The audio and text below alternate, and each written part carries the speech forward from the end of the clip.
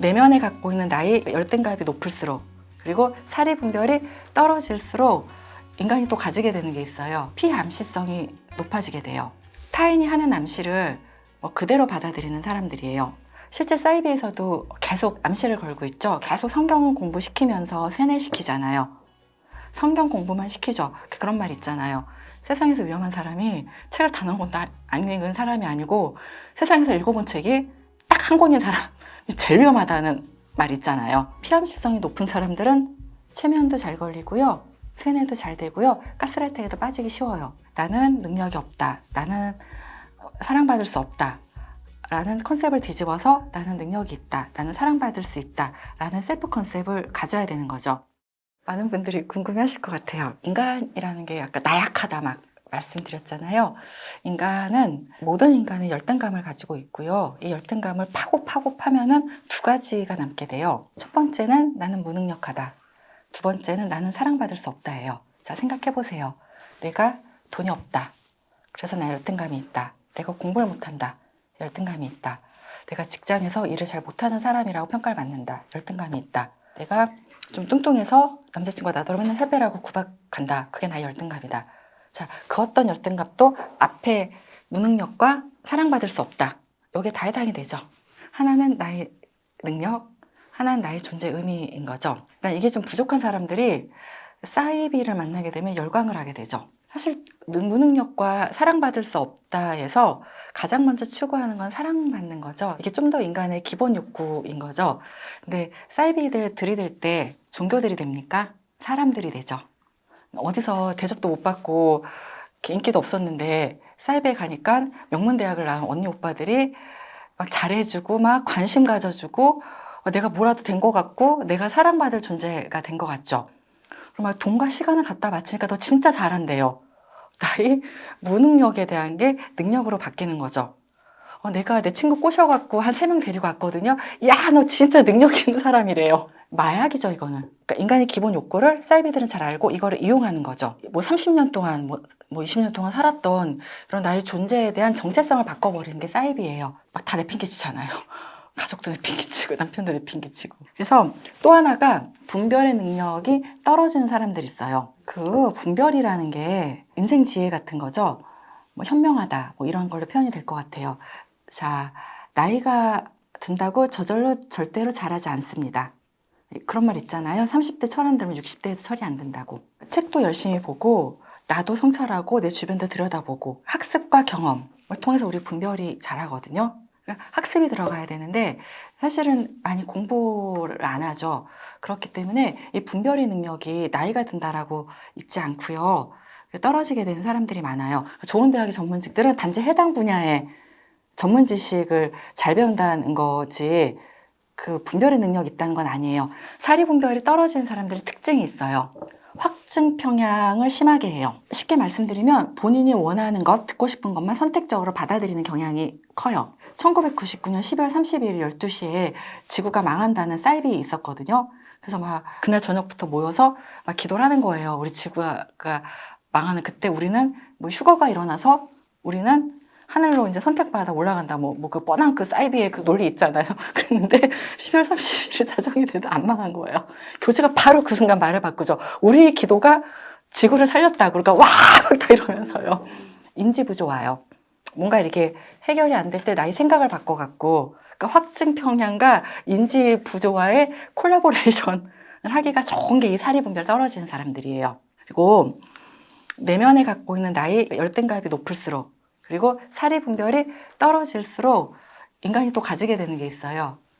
피암시성이 높아지게 돼요. 이게 뭐냐면 타인이 하는 암시를 그대로 받아들이는 사람들이에요. 실제 사이비에서도 계속 그 암시를 걸고 있죠. 그러니까 서제스천이라고 해요. 계속 성경 공부시키면서 세뇌시키잖아요. 성경 공부만 시키죠. 그런 말 있잖아요. 세상에서 위험한 사람이 책을 단 한 권도 안 읽은 사람이 아니고 세상에서 읽어본 책이 딱 한 권인 사람이 제일 위험하다는 말 있잖아요. 네, 사이비에서는 계속 그걸 시키고 있죠. 다른 거 다 끊게 하고요. 사이비 말고 우리의 일상생활에서 이런 말 하는 사람도 있잖아요. 내가 삼자라서 일이 잘 안 풀린다. 내년까지는 삼자라고 우리 엄마가 그랬다. 그리고 내 이름 때문에 내 팔자가 꼬이기 때문에 뭐 개명을 해야 된다, 개명을 했다 이런 분들 있죠. 이런 말 하는 사람들도 피암시성이 어느 정도 있는 사람들이에요. 그러니까 뭔가 초자연적인 무언가가 나의 삶을 좌지우지한다는 거죠. 그러니까 이성적인 뭔가를 쉽게 받아들이고 남이 하는 말에 별다른 의심 없이 내 컨셉을 갖고 오는 사람들이요. 피암시성이 높은 사람들은 최면도 잘 걸리고요. 세뇌도 잘 되고요. 가스라이팅에도 빠지기 쉬워요. 제가 책에서 썼습니다. 가스라이팅의 중심은 종교가 그동안 계속 해왔다고. 가스라이팅 일삼는 사람들이 누구냐라고 하면은 다른 사람을 수단으로 보는 거죠. 그냥 이용하는 거래요.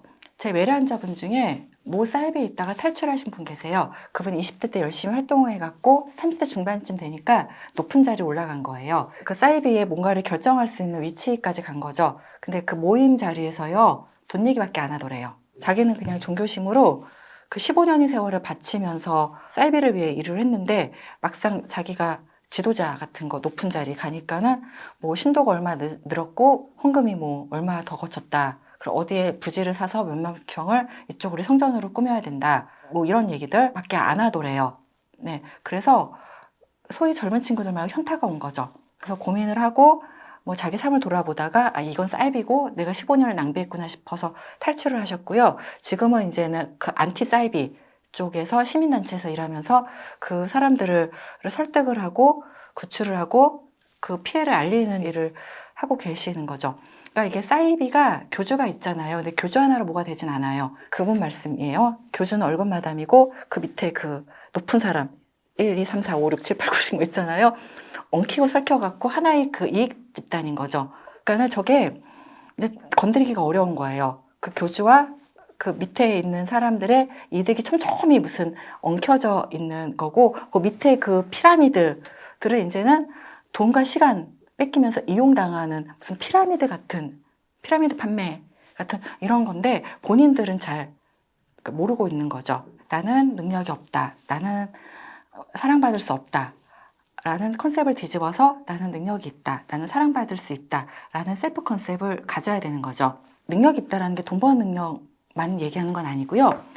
뭐 나 하나를 건사할 수 있는 경제적 능력 플러스 내 삶을 내가 주도적으로 산다는 능력, 그리고 어떤 일이 벌어져도 내 삶을 헤쳐나갈 수 있다는 능력, 내 삶 전반을 갖다가 내가 주인으로 살고 있다라는 느낌을 얘기를 해요. 그런데 이런 느낌을 갖고 사는 사람이 과연 한국 사람들 중에 얼마나 될까 싶어요.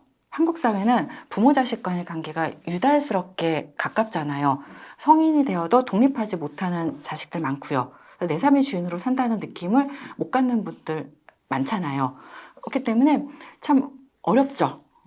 이게. 하지만 열심히 내 삶의 주인으로 살려는 노력을 하면서 나는 능력이 있다라는 내 컨셉을 나한테로 갖고 와야 되는 거죠. 말씀드렸죠? 의미 있는 타인 꼭 만들어야 된다고.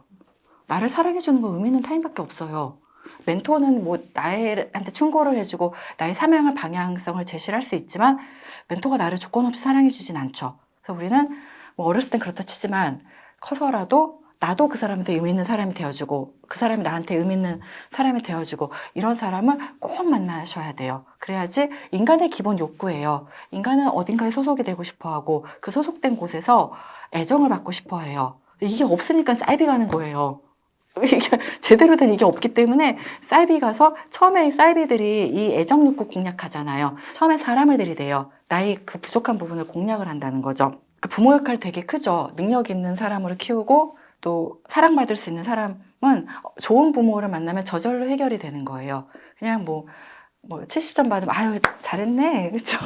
엄마 나 다이어트 할 거야. 아 그냥 이쁜데 그냥 살아. 너 이렇게 밥 조금 먹으면 큰일 나. 그래서 더 얼른 먹어. 이게 부모 아닙니까? 그래서 부모 역할이 상당히 중요해요. 이 컨셉을 갖기 위해서는. 그러니까 뭐 피해자한테 이렇게 말하면 안 된다라고 얘기를 하는데 전 그렇게 생각하지 않아요. 내가 내 삶에 대한 책임은 내가 지는 거고 왜 사이비에 빠졌고 그러니까 성인이 된 후에 사리분별이 떨어져서 뭐 사기를 당한 것도 내 책임이에요. 제가 좋아하는 책이고 항상 그 가슴에 품고 사는 말이에요. 아들러의 미움받을 용기. 책을 못 보셨더라도 이 키워드는 갖고 사셨으면 좋겠어요. 사실 여기서 한 단계 전 더 나아가긴 해요. 욕을 얻어먹을 용기까지. 그렇죠. 미움을 넘어서 타인에게 미움받을 용기가 있고 욕을 얻어먹을 용기가 있는 사람들은 삶이 되게 자유로워요. 타인에게 내 인생의 주도권을 안 넘기거든요. 사람이 살면서 우리가 사회생활, 뭐 기타 여러 친구 관계에서 기브 앤 테이크가 돼야 되는 거는 기본이잖아요. 뭐 물질이든 정신이든, 그러니까 유형이든 무형이든 기브 앤 테이크가 되는 거는 뭐 이렇게 지극히 정상적인데 뭐 그런 거를 묻는 게 아니고, 그러니까 너무 일방적인 부탁을 막 거절 못하면서 질질 끌려다니는 경우를 물어보시는 것 같아요. 지금 어떤 경우에 거절을 해야 되고, 그러니까 이거 잘 모르시더라고요. 그러니까 이건 좀 들어줘야 되는 부탁, 거절해야 되는 부탁, 이거가 잘 안 돼서 그래서 또 머리가 복잡하세요. 그러니까 뭔가 삶의 기준이 없다 보니까 모든 경우를 다 시뮬레이션을 하시더라고요. 그러니까 제가 우리 병원을 볼 때 안 받는 환자분들 딱딱 있어요. 그러니까 소아 안 받고 노인 치매 환자 안 받고 또 병사용 진단서 대학병원 보내고 뭐 이렇게 몇 개 기준이 있거든요. 그래서 저한테까지 안 오고 저희 직원들 선에서 다 처리가 돼요. 그러니까 그렇기 때문에 저는 머리가 복잡하지 않고, 제가 안 보는 환자분들은 미리 말씀을 드려요. 알고 오셔라. 의뢰서는 받으실 수 있다. 그러니까 우리가 어떤 기준이 있으면 부탁에 대해서도 금방 이렇게 쳐낼 수가 있는 거예요. 뭐 이거는 내 능력 밖이다. 거절해야죠. 이거는 꼭 내가 안 해도 된다. 거절해야죠. 이거는 내가 해주면 좋겠네. 그리고 저분한테 도움이 되겠네. 이건 뭐 해줘야죠. 뭐 그리고 이거는 나를 이용하는 부탁이네. 느낌 있잖아요. 거절해야죠. 상황과 맥락을 파악을 해서 이건 아니다 싶은 거를 이제 거절을 해야 된다는 거죠. 나만의 기준을 갖고, 또 이건 쳐낼 부탁, 안 쳐낼 부탁. 그러니까 심플한 거예요. 네, 아니고 온갖 경우에 이거를 거절하면 제가 나를 어떻게 생각할 것인가, 제가 나를 미워하지 않을까, 뭐 이렇게 너무 많은 생각을 하고, 그러니까 내 기준은 없어요. 제가 나를 미워하지 않을까. 저 기준, 남의 기준에 맞추기 때문에 제대로 된 거절을 못 하는 거죠. 근데 제대로 된 거절을 하는 것도 삶의 큰 능력이에요. 내 인생이 깔끔해지고 말끔해지고 동티가 안 나는, 부탁을 막 말도 안 되는 거 끌어안아서 끙끙대는 주변 분 보신 적 없으세요? 능력 범위 밖의 거를 막 끌어안았는데 결국엔 이것도 제 시간 내에 못 해줘갖고 진정한 미움을 받게 되는 이런 경우도 있기 때문에 거절을 잘하는 건 굉장히 큰 능력인 것 같아요. 그러니까 여기서 키워드는 내가 왜 거절을 하면은 안 가져도 되는 미안함과 죄책감을 가져야 하는지를 또 돌아봐야 된다는 거죠. 예를 들어서 피디님께 제가 돈을 좀 빌려달라고 했단 말이에요. 근데 피디님 돈이 없어요, 진짜.